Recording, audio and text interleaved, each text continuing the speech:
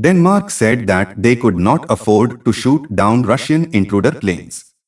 Against the backdrop of several accusations from Denmark that Russian military aircraft illegally invaded the country's airspace, Denmark announced that so far they cannot afford to fight Russian aircraft using Erdogan's methods.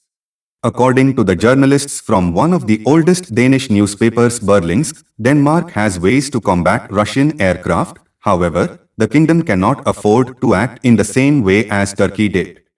The journalist wants to mean the destruction of the Russian Su-24 by Turkish F-16. Such actions of Russia do not show respect for international rules. But does this mean that there is no point in banging my fist on the table and protesting? Of course not.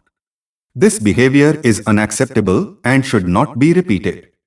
It would be cowardice not to express this to the Russians. Turkey shot down a Russian fighter jet that ended up in Turkish airspace. But this, of course, is a very daring step.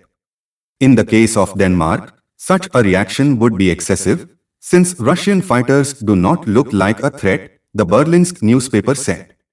In turn, the Russian side rejects any accusations from Denmark, especially since no evidence of the violation of the airspace of this European country has yet been presented.